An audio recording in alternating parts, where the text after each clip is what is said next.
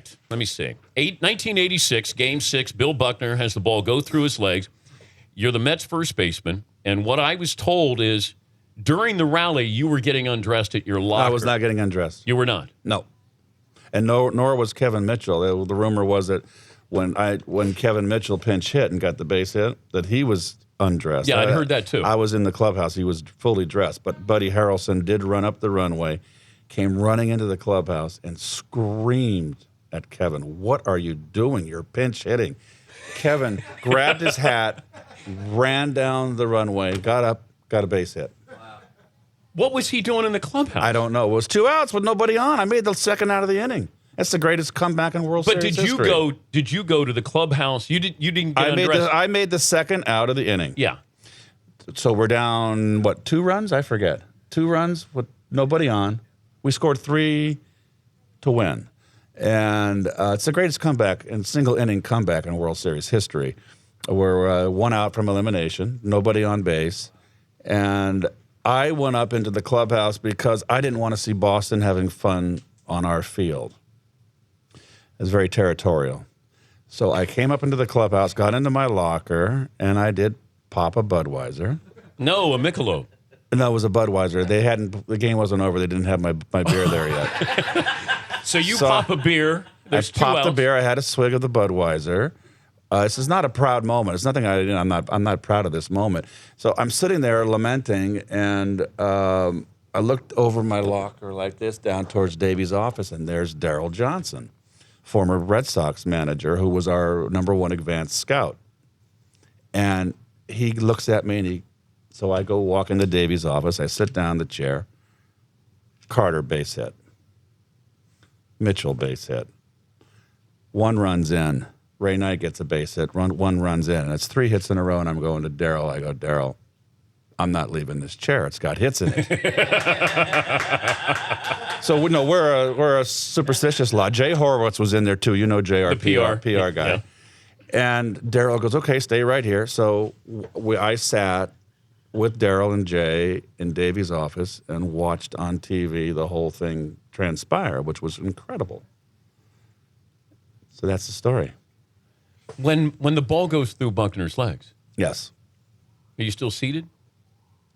I'm seated, and when it goes through his legs, I jump up in the air, and Darryl Johnson and and Jay, we're like in a hug. And you would never think in your life you would be in a man hug with those 2 guys. Not At Jay. any point, no. That had to be the best beer you ever had.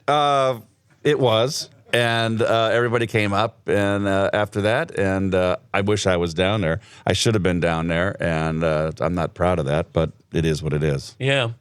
But and you did think that there were runs in that seat that you Oh, weren't, we're superstitious. Are you kidding? you were not going to get up. No, if I got off that chair, I guarantee you someone made it now. The series would have been over. Buckner would have made the catch. Yes.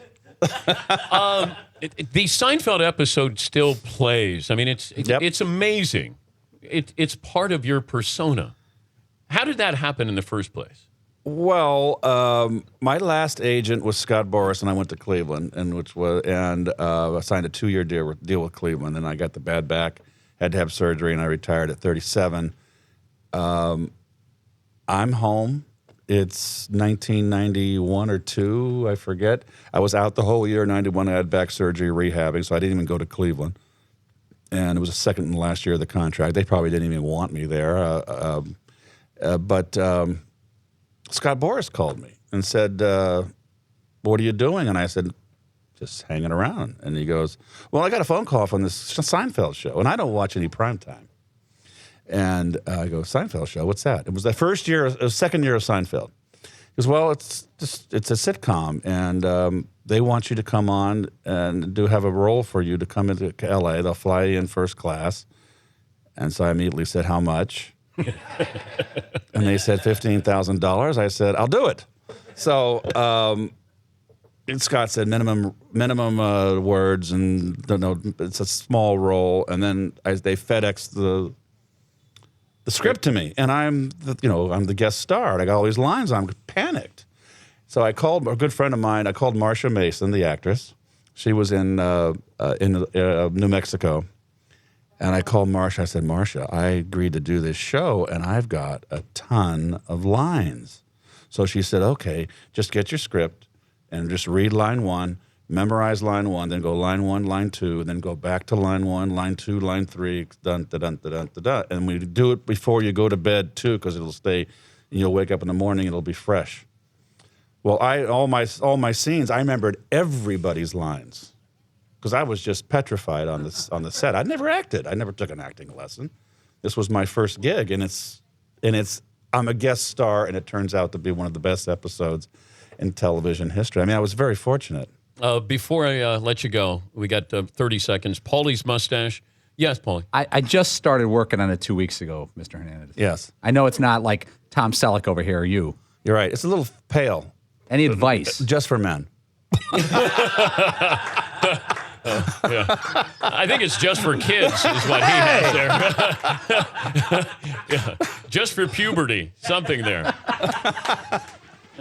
Hey, great to have you, Keith. Good to be here. Thanks for and joining. The Mets are fantastic. Yeah, there you go. Gosh darn, National League pennant, can you believe it? There you go.